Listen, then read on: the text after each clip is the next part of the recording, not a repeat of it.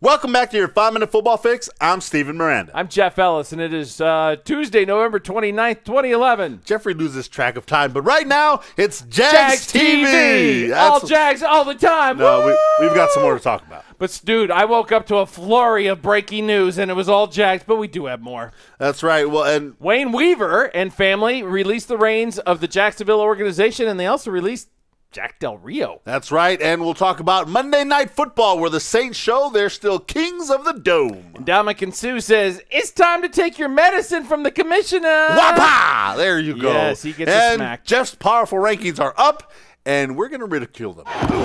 No, we're not. Well, we're going to talk about them. Okay, first, let's get to – it's okay, bud. It's all right. Let's get to Jacksonville with the Jacksonville Jaguars. You wake up this morning – he still said ridicule? No, we're going to talk about them. But first, Wayne Weaver, not only has he fired Jack Del Rio, said, so long, coach. He's fired himself. That's right. He has sold the organization. Right now, though, Jack Del Rio, he's out. Interim head coach, the defensive coordinator, Mel Tucker, is going to take over there for the rest of the season. But, Jeff, it was time. They needed to make a move. It absolutely was time. Most Jacksonville fans will say it was time 3 years ago, 4 years ago. Who knows? We were there in Jacksonville, and we visited the team, and we were stunned to see the tarps over the seats and things. But let me tell you, the Jacksonville Jaguars mean so much to that community. And, yeah, Jack Del Rio needed to go, but things have become very dicey there with the coaching staff. It was kind of a revolving door of coaches at the assistant coaching position. Yeah, he leaves there with a record of 69-73, not very good. They hadn't made the playoffs since 2007 when they finished 11-5. Since then, people said that, Jack Del Rio kind of lost his focus. He started to come in later and later to the facilities, and a change was needed. It obviously was. But now a bigger change. And this city is in need of some change. This city is in need of a lot of things. This city, mind you, doesn't have a major business or industry. Maxwell House Coffee was the biggest business that I saw there, but the Navy, the U.S. Navy is there, and they come out in large numbers to try and support the Jaguars.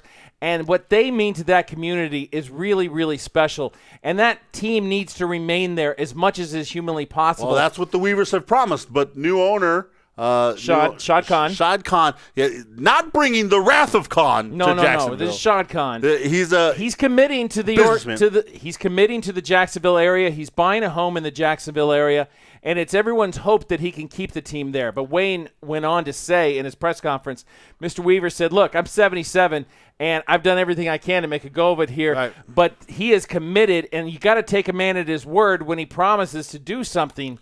Here's the thing, though. There is an out. He will keep the team there as long as it's sustainable, is what was said. But it's not sustainable right now. Not. Monday Night Football coming up this week, and it's the Chargers coming to town, and there's more than 10,000 seats I might available. not, for the first time, and as long as I can remember, may not watch Monday Night Football, Jeff. Yes, you will. Yes, I will. Yes, you will, because it's what we do, and how else do I get pizza on Monday night? Well, speaking of Monday Night Football, last night, the New York Giants took a thumping at the hands of the New Orleans Saints. Drew Brees was on fire, throwing 4 touchdown passes as he led the Saints to a 49-24 victory over the Giants. Steven, actually, Drew Brees just threw another touchdown pass. Right now, That's right. There you go. That's how good they look. And here's the deal, Jeff. New Orleans in that dome, they are nigh stoppable. That's right, I said nigh.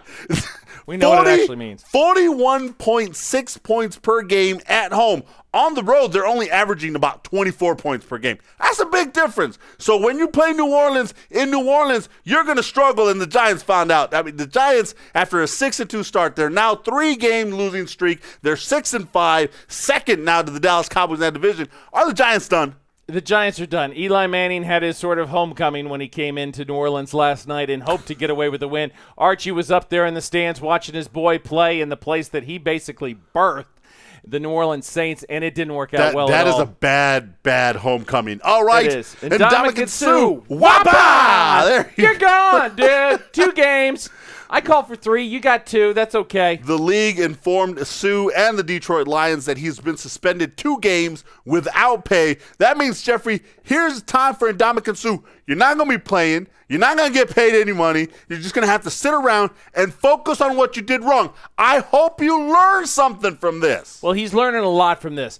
Justin Durant and Kyle Vanden Bosch and some of his defensive teammates have come alongside and kicked his butt. So I don't think, Steven, what the league does is really any of Ndamukong's concern. However, when you lose the respect of your teammates and they say, dude, you cannot take yourself out of a game, multiple games, that hurts the team.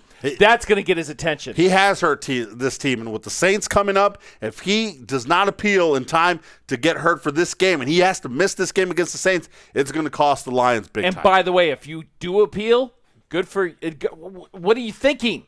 What are you thinking? Show you're a man. Take your medicine. That's right. You and your people should not appeal this Now, suspension. finally, my most powerful rankings are here. All right, so they're not going to ridicule you, but can I meddle a little bit? I just think the Falcons Don't meddle with my medals. The Falcons are a little low, and the Bengals are a bit high, and okay, that's about it. They're my powerful rankings, Cowboys and I like them. Go out to higher. NFLRNR.com, take a look at the full list, see where your team is, and chime in and let me know what you think. Please let him know what you think, because I can't do it all alone.